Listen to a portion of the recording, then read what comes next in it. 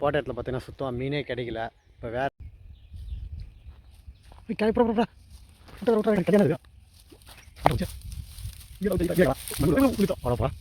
இதெல்லாம் நான் corona confirm ஆயிடுச்சு.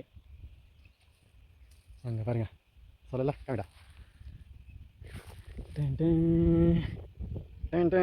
குறவை கிடச்சிச்சு. ஃபஸ்ட்டு குறவை மீன் பிடிக்குள்ள தான் ஃபோன் பண்ணி டிஸ்டர்ப் பண்ணுறான் நம்ம மகளே. இப்போ அடுத்த மீன் வீடியோ எடுக்க விட்றீங்களா? ஏடா இந்த வீடியோ பற்றி தயவு செஞ்சு எனக்கு கால் பண்ணாதீங்கடா. தொல்லையாகடா வீடியோ எடுத்துகிட்டே ஃபோன் பண்ணிருக்கேன். உங்கள்கிட்ட பேச நான் வீடியோ எடுக்கிறா யூடியூப்பில் நான் வீடியோ போடுவேனா? நான் ஒரு யூடியூபர்ரா. இப்போ புரிஞ்சுக்கிறேன் என்னை பற்றி. ஒரு யூடியூபரை பார்த்து இந்த மாதிரி அசியம் பார்த்துடா. பாவம் அந்த மீனுக்கே பொறுக்கல, மீனை ஓடி போச்சு கொத்தட்டு. அப்புறம் மீன் பிடிக்கலாம் பார்த்தீங்கன்னா அதுக்குன்னு ஒரு முகராசி தனியாக கொடுப்பன இருந்தால் தான் மீன் கிடைக்கும். இந்தமாரி மொட்டக்ஷன் இருந்தால் மீன் கிடைக்காது. என்ன ரைட் தானே?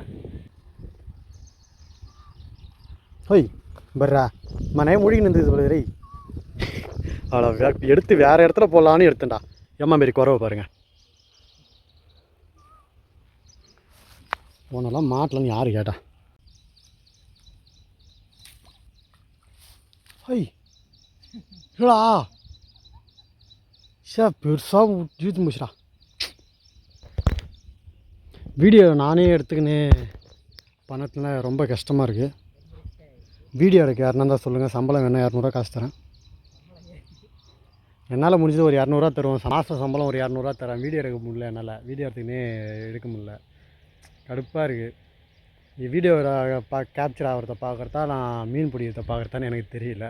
யாருன்னா மீன் பிடிக்க வேக்கண்ட் இருக்குது வந்து ஜாயின் பண்ணிக்க வாங்க.